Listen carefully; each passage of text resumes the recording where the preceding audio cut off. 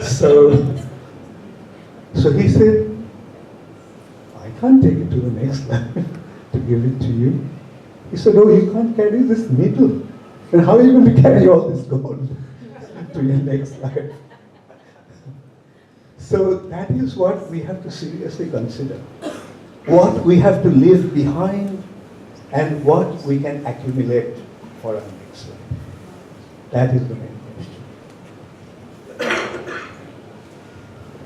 I want to relate a very personal experience in the context of this word success. And I've actually written this, so possibly sometime I can share this. So when I was really young, when I was 14, and my mother is here, is that I lost my father. I was the only child, and the mother worked very hard to bring us up. We lived in a house where she brought up her son, took care of her mother, and took care of her brother. So at that point of time, I grew up with a mindset that I needed security. I needed to make sure that I was secure. So I studied very hard, worked very hard, to the point that I needed to achieve material success in order to feel secure. But it came from a point of feeling insecure. That was the root of this. So even after I achieved whatever material was required, I kept running in the same direction because I'd forgotten that the root of this was insecurity. Till one day in my career, in my life, I lost a lot of money in my investment. And then I realized that I had become very rajas in my approach, and the root of this is something that I needed to address. And that point of time, I shifted completely to serving. I was working in Jakarta, and I took a very different approach. Every morning, I would go and serve breakfast to all those who clean the streets. And it was through this service I realized what was the reality that I needed to connect with. And whose goals was I trying to meet? Whose success was I trying to live up to? Whose goalpost was I trying to live up to? And then I realized that I needed to be authentically myself. And that connection with myself, my inner self, is what shifted my thought process. It is just a journey. It is just my personal experience. And I'm just being very open with all of you to share this to how I'm still trying to answer the question that you asked, but it's a journey.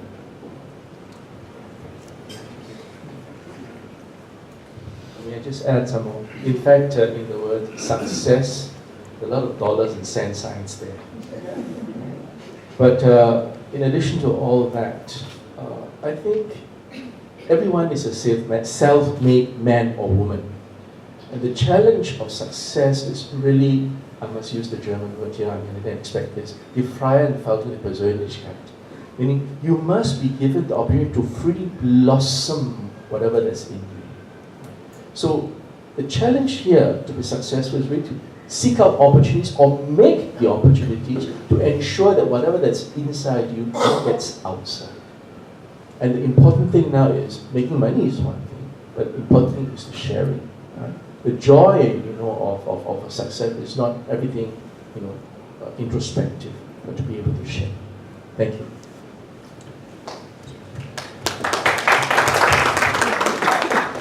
My name is Subra.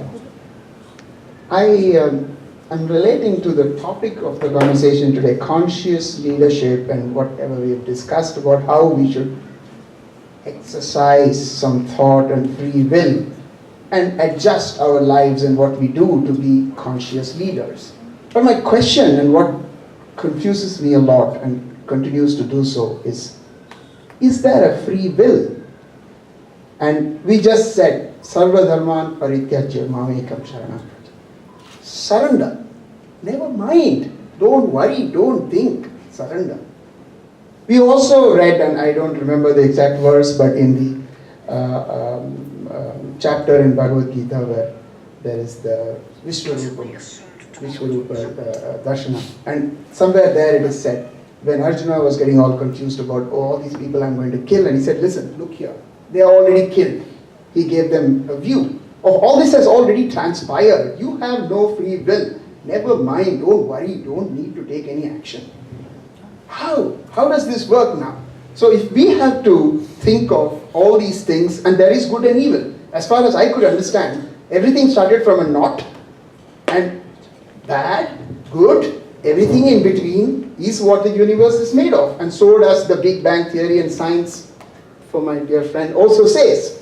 It is a mix of both. It's never going to be good only. And God does the bad as well as God does the good. It needs both for existence to exist. So what is this free will? And why should I exert a free will if sarva dharman parityaja and surrender is the ideal goal?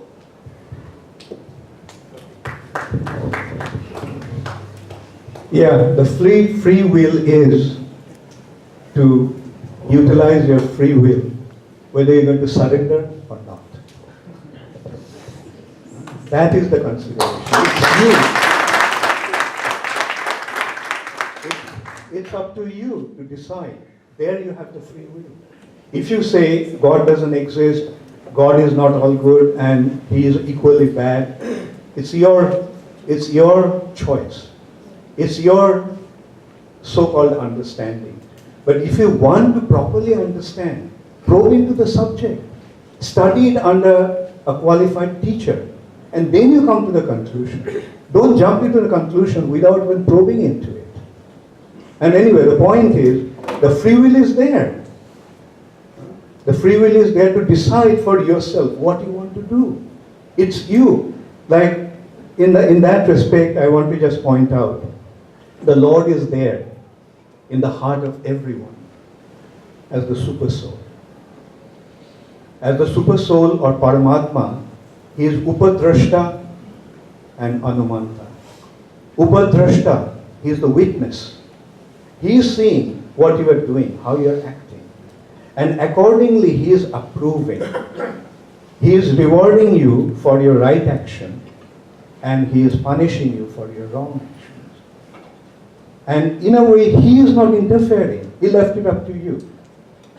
Like, for example, this child says, Daddy, Daddy, I want to go and play with my friends in the field. The father says, okay, come, let's go. And coming into the field, the child is completely lost with his friends and playing with him. He completely forgot his father. He is completely lost in that game. When he is winning, he is happy. When he is losing, he is sad. He has completely forgotten the father. But although the child has forgotten the father is sitting by the park on a bench, watching. So that is what the Lord is doing. And then it's dark, everyone left, the child says, Daddy, Daddy, where are you? Then the father comes and picks up the child and says, now let's go. So that is what the Lord is here doing. He has given us the independence to decide whether we're going to turn towards Him or whether we're going to turn away from Him. And that is, there lies our free will.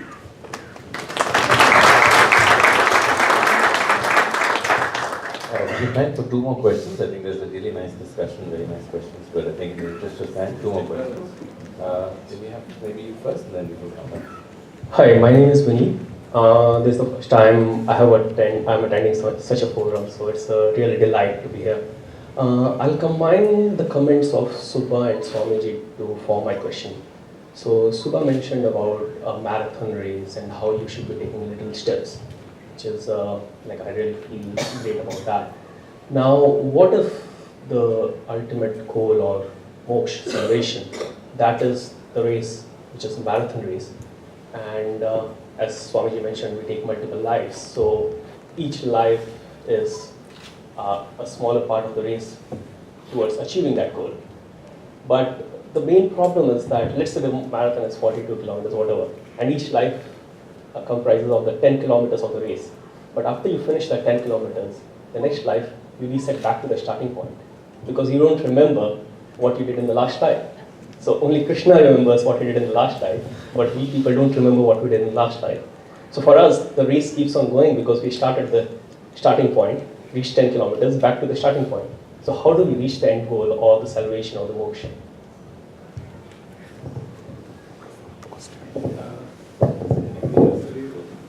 Okay, I'll try.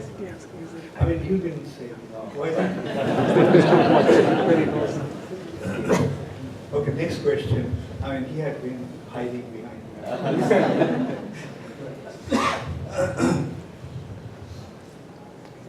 You see, the first consideration is, why should we worry about the Lord? Why should we think in terms of re-establishing our relationship with Him? The answer is because we are His parts and parcels.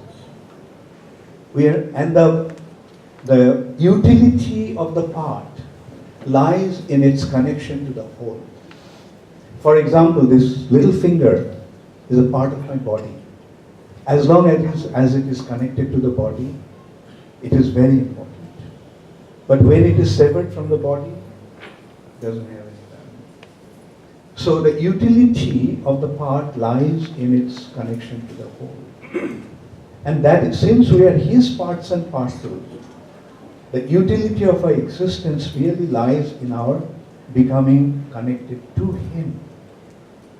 And when we do that, then automatically all our needs will be fulfilled. In this world, our craving or our desires ultimately culminate into three factors. We don't want to die. We want to know everything. And we want to be joyful. But in spite of all our endeavors, we can never become immortal. In spite of all our endeavors in this world, we can never get to know everything. And we can never become truly joyful. Because we are trying to fulfill our spiritual needs through this material world. It is through this material body that we are trying to become immortal. Body will never become immortal. The body will never become full of knowledge. The body will never become full of joy. But when we become situated in our spiritual identity, then these three things become automatically manifest. Because our spiritual identity is eternal, full of knowledge, and full of bliss. Sat, Chit, Ananda. And that will happen only when we re-establish our lost relationship with the Lord. That is why we have to endeavor to re-establish that relationship. And when we do that, then all our needs will be fulfilled. Thank you. Thank you, Swami. One last question. Yeah, so I have a question for Swamiji, and he had talked about corporate success, material success, spirituality. I have a simple theory that spiritual and conscious leadership is linked to Maslow's hierarchy, which is that you have to go through earning money, success, fame, get security, then only you can talk of this. Today morning when I opened the paper, I read a shocking article on Straits Times that thousands of children are coming to a capital of a country, and from there they're being stolen and done slavery in the capital city. And that capital city is the country where we belong to. So there are 190 people in India who are suffering from malnutrition. Will this spiritual leadership go into them? My question to you is that, is it only for the forum like here where you've gone through all that, or can you percolate it down to the level which can cause transformation in this world? My first response to your question will be, all these are happening because of lack of spiritual awareness. Because people have disregarded the authority of the Supreme Personality of Godhead. And they are considering that this world is everything. And enjoyment in this world is the ultimate goal of life. Then one will not hesitate to go to any extent of committing crimes and acting all kinds in a most heinous way in order to fulfill that desire. But if one becomes aware that all our actions are being watched, and eventually we are going to be rewarded or punished because of that. If we are aware that someone is watching our activity, then we will hesitate to act in a wrong way. So the thing is that all these are happening is because of lack of spiritual awareness. Therefore, I will say the solution to all these problems is spiritual awareness. The spiritual awareness, that means recognizing that we are spiritual beings, we will continue to exist beyond this life, and the way we have acted in this life, accordingly we are going to be judged or rewarded or punished in the next life. Then we will automatically become very, very conscious about our activities, and we will be very concerned about how we act, and will refrain from wrong actions. So the answer to that question is, the solution to all the problem is mass spiritual awareness all over. You mentioned trafficking, and I do work with children, and when I was in business school and I worked in the corporate world, the Maslow hierarchy has become a kind of religion that people believe that only if you have money you move to the next level and so forth. But 10 years of working in this sector, I see different kinds of parents. I mean, I won't say all trafficking is due to parents, but a large amount of it is.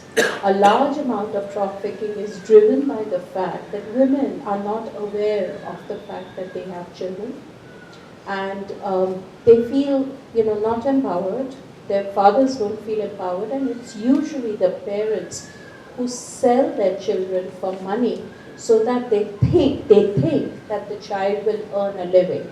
So in a way, they are going through the first step, but that really leads children to horrific kinds of violence and a lot of violation of girls. However, I've also seen very poor mothers and fathers who, even if they don't eat themselves, they will take care of their children and they will teach their children values, and they are able to take their children to the next level. So poverty is not a necessary condition for trafficking. Yes, it is there, it's a factor, but it's not, it's really awareness of what as a parent, you bring a child into the world, what he is supposed to do. And we work a lot on that because it's not driven by Maslow's hierarchy. I can give you 1,000 examples. That was the last question. I think I'll ask Jiman a question here myself. I think going back, and again I'll relate to Jiman personally as well here. I think Pankaj mentioned how we, how do we measure success. Subha mentioned the fact that we are driven by our insecurities to begin with. I think Jiman, we were discussing in the morning about your son coming of age and now going to university. How have you, on one side you've seen success in an industry as you yourself define, is having touched the heavy industry, having seen everything. That is one dimension of success. Another dimension of success is what you've laid out for yourself. So what is, when you look at the next generation, when you look at your kids, how do you balance between what Pankaj mentioned, and what are the kind of non-material targets you set up for your kids? That would be, again, because I know his, I've met his son a few times and I'm very impressed, so want to do the same for mine too. So, loaded question.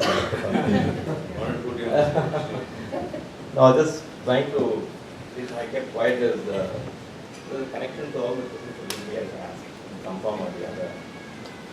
I generally believe that tomorrow is better than today. And that's where I begin. No matter whatever we talk about, whether it's trafficking or poverty or bombs or anything else, still I believe tomorrow is better than today. And I genuinely want to play my role, and I actively want to play a role in my contribution to making tomorrow better than today. That's all I can do. And I don't really over-indulge in thinking about the 10 steps or the 10 marathons I should run. I should run today's marathon. That's all I can do today. I really don't bother about the 11th marathon, nor do I bother about how I ran yesterday. I think because it hardly matters because we're living today. That's how I reconcile my questions and all these things. And the answer is question about me and my son. The way I see it is that I was, my father is a school teacher in a small town. Tiruvannamalai, which is down south in Tamil Nadu. It was a temple town. There was a lakh population till 1990. And, he was just a school teacher, and he somehow educated me, and I went to a good university. From the small town to Mumbai to Singapore, his education has made me one life better. And in the generation of the last 45 years, I have ensured that I make at least 10 people happy and less people unhappy because of me. And that's enough for me. And what I would tell my son is that, look, you're going to US. I didn't go to the US. I couldn't afford to go to the US. I studied only in India. You're going there. And you make your next generation, make 100 people happy. That's all he can do. And he can at least not look anywhere else, but look at me as a father. I've made 10 people happy. You make 10 more people happy. That's it. And I think his son probably will go somewhere else. Maybe he will go to another planet to study in the next generation. It's fine. That's his job. His job is to ensure that he makes 10 more people happy in the next generation. That's as simple as that. I really genuinely simplify these questions because some of those questions you will probably never find an answer. All that we know is that we should act today, and that act should be good enough to make at least 10 people, at least one more person happy. That is enough. The other thought I had, I was just thinking about that in general, it takes 3 generations for humanity to do or undo something. I'll tell you why I say this, because I think I read book from Ramana Maharshi as well. One of the disciples asked Ramana that why can't you help India get independence? That was the time when war was being fought. And he said, that is not my job. He was very candid, and he said that, look, and in his perspective, 60 years is nothing. For him who has seen the soul traveling for generations of a lifetime, how much is 60 years, 100 years? That's a journey which, as a nation, we have to go through. And that's what he said. I mean, that's not my job. You find out who you are and do what you're supposed to do. And that's where it ends. So, the corollary is that don't bother about past or the future or what's going to do, who's going to help, am I successful or am I a failure or not. Making money is not a mistake. Making money is not a bad thing to do. Responsibly making the money is very good because that can help make 10 people happy. And that's all. Very nice. Thank you again, a very, very enriching, interactive experience. I mean, really nice questions and very beautiful, simple answers. So I think that's all the time we have. Suman, can I hand this back to you? And thank you again, Charles, Sunita, Subha, Swamiji, thank you so much, and Jiman. Okay. Thank you, Vikram.